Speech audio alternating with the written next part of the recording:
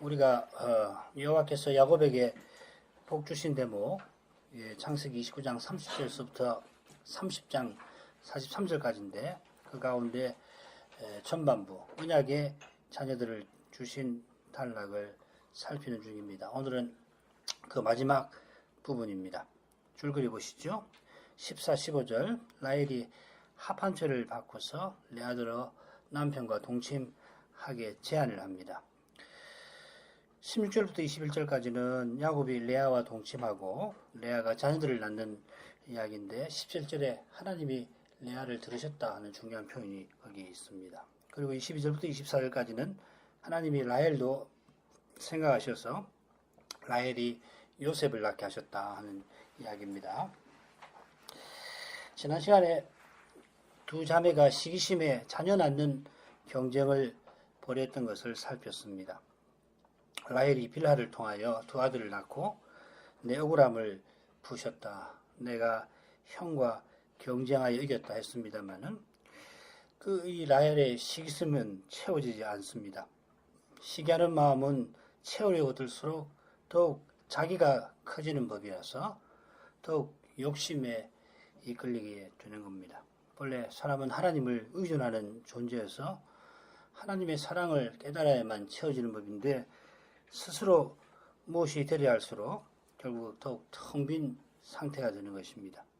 처음에는 단과 아셀이 자기 뜻대로 이루어졌다 하는 기쁨을 라헬에게 주었지만은 라헬의 마음은 내 아들들이 아니구나 하는 사실에 더욱 시기심에 시달렸을 것입니다. 그러던 차에 루벤이 합한채를 얻어서 레아에게 주었는데 어떻게든 자기 아들을 얻어야 되겠다 하는 라헬은 이 사실을 알고는 레아를 찾아가서 제안합니다. 레아가 가장 바라는 것을 이용해서 자기가 가장 바라는 일을 이루려 한 겁니다. 이 라헬의 제안에서 라반의 모습이 어른거립니다. 그러나 라반과 근본적으로 다른 사람이 어디 있을까요? 하나님을 의지하지 아니하면 누구나 스스로 무엇을 이루려고 할 겁니다. 하나님을 온전히 의탁하지 아니하면 하나님의 뜻을 이용하면서까지 자기 욕심을 이루려는 그런 깊은 어두움에 떨어집니다. 이 어두움에 떨어지면은 하나님도 자기 같은 줄로 알고 심지어는 자기보다도 못하신 분인 줄 알고 그렇게 과람하게 처신하게 될 것입니다. 이런데도 하나님이 라헬을 생각하셨습니다. 하나님의 생각은 오직 하나님의 사랑입니다. 이 부분에서 셋째 부분에서 라헬의 공로를 떠올리는 사람은 하나님의 사랑을 여전히 깨닫지 못한 사람입니다. 하나님이 라헬을 들으시고 그가 구하는 바를 주십니다마는 라헬의 기도를 칭찬하는 사람은 우리 가운데 아무도 없을 것입니다. 기도가 은혜의 방도인데 은혜의 방도에서 중요한 것은 은혜입니다. 하나님이 은혜 주시려고 친히 세우신 것입니다. 그 점을 떠나서는 라헬의 기도가 응답받은 사실을 바르게 이해할 수가 없습니다. 그처럼 레아가 합한채로 남편과 동침하여 합한채를 동생에게 주어서 남편과 동침해서 아들 둘과 딸 하나를 낳은 일도 하나님이 레아를 들으신 그 사실에 있습니다. 레아가 자녀를 구하는 심정이 어떠합니까? 레아가 합한채를 라헬에게 양보하면서 얻고자 한 것이 무엇입니까? 이 레아가 자녀를 낳는 것을 보고서 라헬의 마음은 어땠을까요? 자, 이제 본문으로 가보십시다. 14, 15절 맥주 때에 르벤이 나가서 들에서 합한채를 얻어 어미 레아에게 드렸더니 라헬이 레아에게 이르되 형의 아들의 합한채를 청구하노라. 레아가 그에게 이르되 내가 내 남편을 빼앗은 것이 작은 일이냐? 그런데 내가 내 아들의 합한채도 빼앗고자 하느냐? 라헬이 가로되 그러면 형의 아들의 합한채 대신에 오늘 밤에 내 남편이 형과 동침하리라 하니라. 밀 추수할 때인데 루벤이 들에 나가서 합한채를 발견합니다. 아마 루벤이 채 10살이 되지 않았을 시기입니다. 이 합판체라고 하는 식물은 특히 임신을 돕는 약효가 있다고 합니다. 루벤이 식물을 발견하고는 어머니에게 갖다가 드립니다. 그 소식을 알고서 라헬이 언니를 찾아가 그 식물을 달라고 합니다. 한글 개역 성경은 라헬의 말이 다소 어색하게 번역이 되어 있는데, 제발 언니의 아들의 그 합판체를 내게 줘요 하고 부탁을 했습니다. 아마 레아의 반응이 투명한 것이어서 라헬의 말을 다소 억지로 달라는 투로 번역한 것 같은데, 그러나 아쉬운 사람이 뭘 부탁하는 그런 태도를 지금 라헬이 취한 것 같습니다. 라헬은 아들 낳기를 가장 원하는데 아이 갖는데 좋다는 그 식물이 언니에게 있어서 어떻게든지 그 식물을 얻어내려고 합니다. 그런데도 레아가 투명한 태도를 라헬에게 보일 만큼 야곱이 라헬을 편애할 뿐만 아니라 라헬이 그런 야곱을 자기에게 묶어두었던 것 같습니다. 레아가 레위를 낳고서 내 남편이 지금부터 나와 연합하리로다, 그런 기대를 품었는데 현실은 그와 달리 여전히 남편의 마음은 라헬을 벗어나지 못했던 것 같습니다. 레아가 그런 상실감에서 내가 내 남편을 빼앗았다, 그게 작은 일이냐 합니다. 언니의 상실감을 이용해서 라헬은 남편과 동침할 기회를 제안하여 자기 얻고자 하는 것을 얻으려고 합니다. 라헬은 자기 아들을 갖기를 원합니다.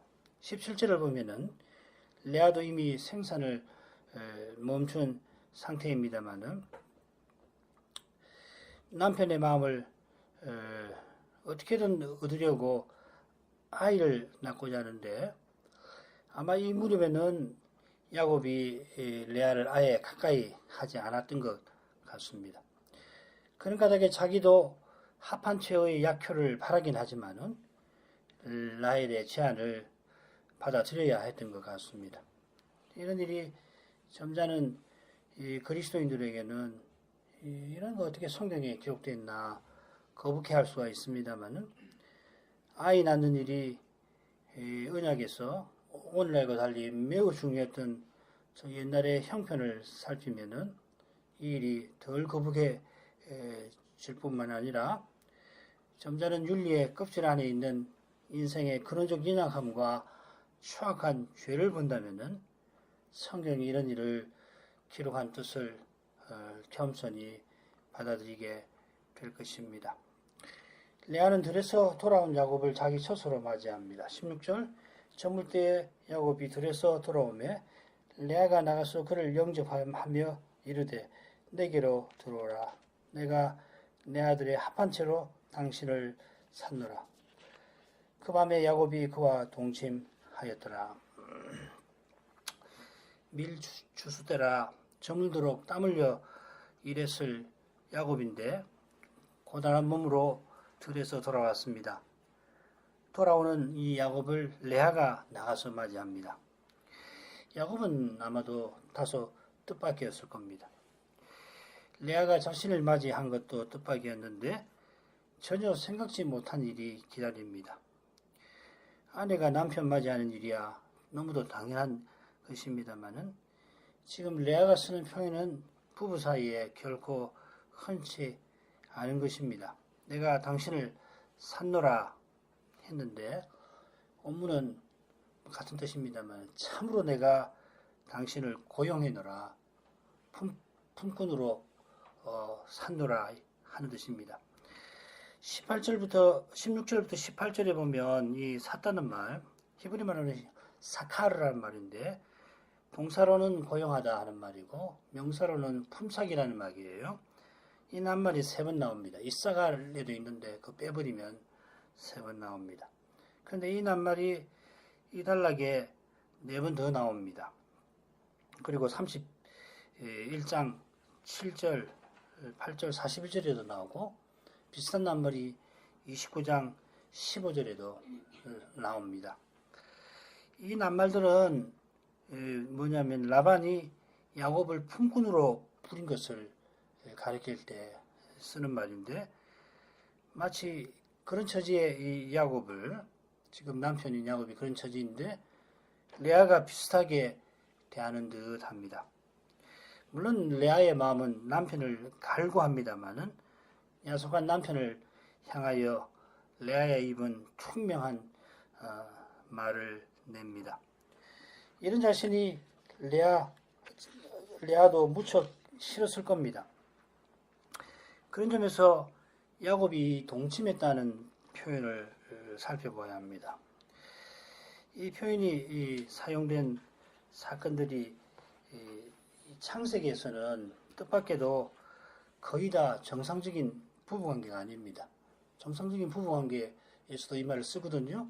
그런데 창세기에서는 단 한 번도 정상적이지 않아요. 불법적이거나 심지어 폭력적인 관계, 강제력에 의한 그런 관계입니다. 뭐 이런 용례만 놓고서 레아와 야곱의 관계를 말할 필요는 없습니다만은 이 둘이 혼인의 아름다운 관계를 맺은 것은 분명 아닙니다. 이 관계가 주님이 언약을 이루신 사실을 떠나서는 참으로 불행하고 또한 후망할 겁니다. 그러나 거룩한 언약을 떠나서 아무리 단란하고 즐거운 관계라도 결국은 참된 행복에 이르질 못합니다. 죄가 있는 곳에는 참된 사랑이 나오지 않기에 그러합니다. 그처럼 죄의 현실에 하나님 은혜가 임하면은 괴로운 관계도 주님의 손에서 선을 이루게 됩니다. 악으로 선을 이루시는 하나님이 언약을 친히 이루시는 것입니다. 이러한 믿음이 우리의 소명을 이룹니다. 이런 믿음이 있으면은 참 괴로운 현실이고 당장에 그냥 뛰쳐나가고 싶은 관계지만은 이런 믿음이 있으면은 하나님 안에서 주신 소명을 이룰 수 있습니다. 믿음으로 우리 안에 사시는 주님이 우리를 통해서 거룩한 사랑을 드러내실 것입니다. 그 사랑으로 죄의 현실에서도 주님의 뜻을 이룰 수 있습니다. 그 사랑이 충만한 저 미래가 점점 가까워짐을 느끼게 됩니다. 소망의 장래가 가까워진다는 것을 깨닫게 될 때에 비로소 안에 있는 자들은 안에 없는 자 같이 살게 될 것입니다. 아내나 남편이 있는 관계보다 피할 수 없이 거룩하고 복된 관계를 향하여 나가는 사람만이 남편이나 아내를 바로 대할 수가 있고 또 홀로 있게 하신 거기에서도 여전히 아름다운 관계를 맺고 나갈 수 있습니다. 아름다움, 거룩함, 복됨, 또한 참됨, 오직 그리스도에게서 옵니다. 그리스도를 모신 관계가 언약의 핵심입니다. 그리스도를 모셔야 서로 섬길 수 있습니다. 서로 모시는 거기서, 섬기는 것은 결국은 남을 나보다 높이는 거고 모시는 거 아니에요. 서로 모시는 거기에서 그리스도의 섬김이 드러납니다. 여기 참된 사랑이 있습니다. 레아가 말은 투명하게 던졌지만 마음은 다릅니다. 남편만 아니라 하나님을 향해서도 그렇습니다. 17절서부터 읽습니다. 하나님이 레아를 들으셨으므로 그가 잉태하여 다섯째 아들을 야곱에게 낳은지라. 레아가 가로되 내가 내 시녀를 남편에게 주었으므로 하나님이 내게 그 값을 주셨다 하고 그 이름을 이삭하리라 하였으며 레아가 다시 잉태하여 여섯째 아들을 야곱에게 낳은지라. 레아가 가로되 하나님이 내게 후한 선물을 주시도다. 내가 남편에게 여섯 아들을 낳았으니 이제는 그가 나와 함께 거하리라 하고 그 이름을 스불론이라 하였으며 그 위에 그가 딸을 낳고 그 이름을 디나라 하였더라. 하나님이 레아를 들으셨다. 이 표현은 이 레아가 하나님께 기도했음을 암시합니다. 레아가 무엇을 기도했는지 문맥에서 실마리를 얻습니다. 라헬 들어 내가 내 남편을 빼앗았다 표현한 레아가 임신의 효능이 있는 식물을 라헬에게 주려 했던 것은 남편의 사랑을 얻고자 함입니다. 거기에 더해 레아가 남편의 사랑을 얻는 길은 라헬과 달리 무엇보다 자녀를 낳는 그 일입니다. 이미 레아가 더는 생산하지 못하는데도 합한 채를 라헬에게 양보해야 하는 처지에서 자신의 이 형편을 하나님께 고했을 것입니다. 그런 가련한 레아를 하나님이 들으셨습니다. 하나님이 들으신 내용이 무엇일까요? 분명한 것은 하나님이 레아가 간절히 원하는 아들을 주신 사실은 분명합니다. 하나님이 심지어 두 아들을 주셨고 더해서 딸도 주셨습니다. 라헬이 합한 채를 얻고자 오늘 밤 남편과 동침할 그 일을 제안하였는데 레아는 앞으로 3년 동안 세 자녀를 낳을 만큼 남편과 함께 지냈습니다. 6아들을 낳고 둘 더해서 6아들을 낳고 7째로 딸을 얻었으니 그 기쁨은 짐작하고 남음이 있습니다. 당신은 자녀를 많이 낳을수록 기쁜 일이긴 합니다만 7자녀를 낳고 6아들과 7째 딸을 얻은 것은 실로 레아에게 경사로운 일이었을 것입니다. 더욱 기쁜 일은 남편의 마음이 자기에게로 돌아온 것입니다. 야곱이 레아에게 마음을 제대로 준 적이 없으니까 정확하게 표현하자면은 야곱이 이스라엘과 스불론과 디나를 넣는 과정에서 비로소 레아에게 마음을 준 것 같아요. 바로 이것이 하나님이 레아를 들으신 핵심적인 내용인 듯 합니다.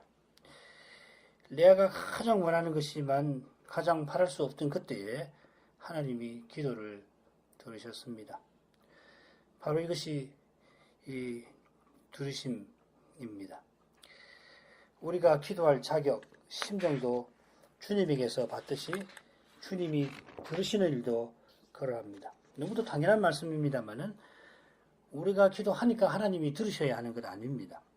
우리가 하나님 뜻대로 기도할 때 하나님은 들으시는데 들으시는 그 근거가 기도한 나에게 있지 아니하고 하나님의 뜻에 있고 그 뜻대로 기도하도록 하신 은혜에 있습니다. 이 은혜는 받을 수 없는 것을 거저 받는 것입니다.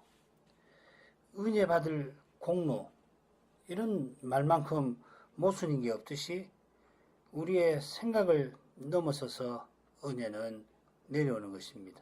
그러니까 우리의 기대도 넘었습니다. 인생은 절망합니다만 바로 그때 소망이 비칩니다. 구원은 늘 호련히 옵니다. 아직 사람의 생각으로 뭘 이루려 하는 일이 있다면 온전한 구원은 아직 저 너머에 있을 겁니다. 하나님이 기도를 들으신 까닭에 레아가 이사가를 낳을 때에 하나님이 내게 그 값을 주셨다 이렇게 고백합니다. 이것이 실바를 통해 두 아들을 얻었을 때와는 다른 점입니다. 지난 시간 마칠 때 그 부분을 아주 간단히 살피고 넘어갔습니다만은 내 아들을 처음에 4명의 아들을 직접 낳을 때와 달리 이 실바를 통해서 두 아들을 얻었을 때는 복이 찾아왔구나. 모든 여인이 나를 복된 자라 하리라 할 뿐이지 하나님을 전혀 언급을 하질 않습니다. 그런 점에서 여기 기록된 레아의 고백은 하나님의 응답에서 나온 것이라 할 수 있습니다. 그런데 레아가 그 값, 똑같이 사카르란 말인데 품삯이라는 말인데 그 값을 말한 것처럼 내가 내 시녀를 남편에게 준 사실을 먼저 언급을 합니다. 내가 내 시녀를 내 남편에게 주었으므로 하나님이 내게 품삯을 주셨다 이렇게 되어 있죠. 내 시녀를 남편에게 줬다는 말은 실바를 통해서 아들들을 낳은 그 일을 가리킬 텐데 이 일을 레아가 어떻게 생각하기에 하나님이 그 값을 내게 주셨다 이렇게 말하는 걸까요? 레아가 자기가 언약을 이룰 마음에서 그렇게 한 것처럼 말한 것 같아요. 참 이 해석하기가 참 어려운 구절인데, 그처럼 하나님이 자기가 행한 일에 품삯을 주셨다 합니다. 우리가 살핀 대로 라헬이 시기심에서 비라를 통해 자식을 낳았자 레아도 사실 그렇게 했던 것인데, 자기가 합한 채로 남편을 고용했다는 생각이 자기도 하나님의 일에 고용되었다 하는 생각을 낳았는지도 모르겠습니다.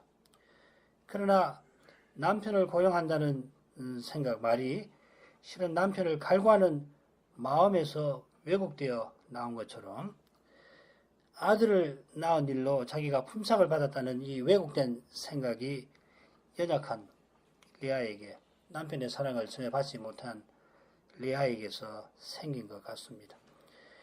레아의 불쌍한 처지를 하나님이 돌아보신 것입니다마는 그 사랑을 제대로 깨닫기가 어려운 상태에 레아가 처해 있었던 것 같아요. 아마 바랄 수 없는 것을 얻고는 이거 절대로 놓치지 않으려 하는 그런 마음이 아니었을까 합니다. 그런 레아를 하나님은 더욱 사랑하십니다. 레아는 남편이 고용된 사람처럼 자기를 대하지 아니할 뿐만 아니라 6째 아들을 낳았습니다. 주님의 거룩한 사랑이 레아의 그 뒤틀린 마음을 바로 잡습니다. 하나님이 내게 후한 선물을 주시도다. 이사가를 낳고 품삯을 바라던 레아가 스불론을 낳고는 후한 좋은 선물이라 합니다. 주님이 넘치는 사랑을 베푸시니까 레아의 그 딱딱한 마음이 많이 녹은 것 같아요.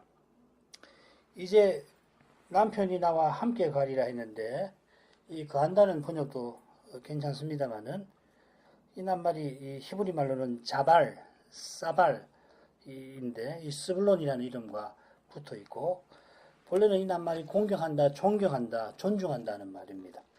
이런 뜻을 참조하면 야곱이 레아를 아내로 존중해 줄 것을 바라는 그런 애틋한 마음이 느껴집니다. 그런 점에서 나와 함께 간다 번역해도 좋을 겁니다. 레아의 애틋한 마음이 야곱에게 전달되었는지 둘은 다시 딸을 낳습니다.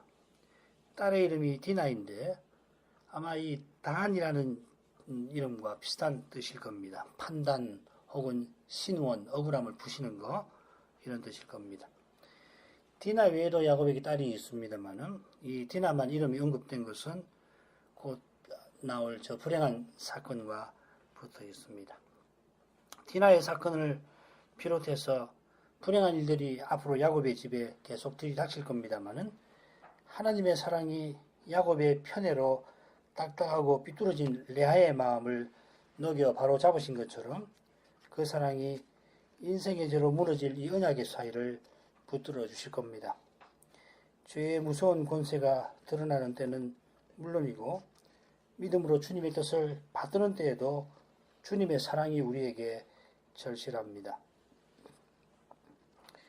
그 사랑을 바라는 교회와 신자는 틀림없이 소망을 잃지 아니할 겁니다. 주님의 사랑이 레아만 아니라 라헬도 돌아보십니다. 사람의 꾀로 합한 채를 얻었지만은 아무런 소용이 없을 뿐만 아니라 레아를 향한 야곱의 마음이 바뀌는 것을 보고 라헬도 마음이 달라졌던 것 같습니다. 다음 시간에 살피도록 하겠습니다. 자비하신 아버지, 거룩한 언약이 세워지던 저 옛날에 위대한 족장들의 가정에서 하나님께서 최대 언약을 이루신 그 역사를 오늘도 살펴보게 하셨습니다. 레아와 라헬이 하나님 언약을 믿고 살았지만은 죄의 현실에서 심히 연약한 모습을 드러내었습니다만은 그런 연약한 인생들을 향하여서 하나님은 거룩한 사랑을 드러내심으로 친히 언약을 이루고 가셨습니다.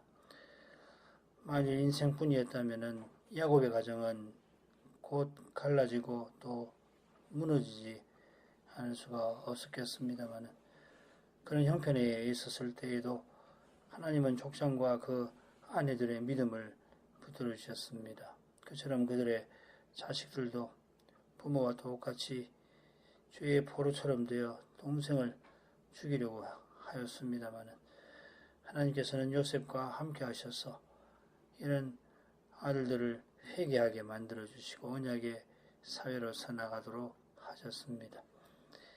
이 거룩한 역사를 전하는 말씀에서 저희의 현실도 고스란히 드러납니다. 무엇보다 저희 안에 그 깊은 죄를 주님 앞에 겸손히 고백합니다. 도덕적인 면에서야 수천 년 이후에 사는 저희들이 그분들보다 나은 점도 틀림없이 있지만 그럴지라도 거룩하신 하나님 앞에 설 때에 저희들의 그 깊은 죄를 숨길 수가 없겠습니다. 오직 은혜로만 구원받는 이 사실을 겸손히 고백합니다.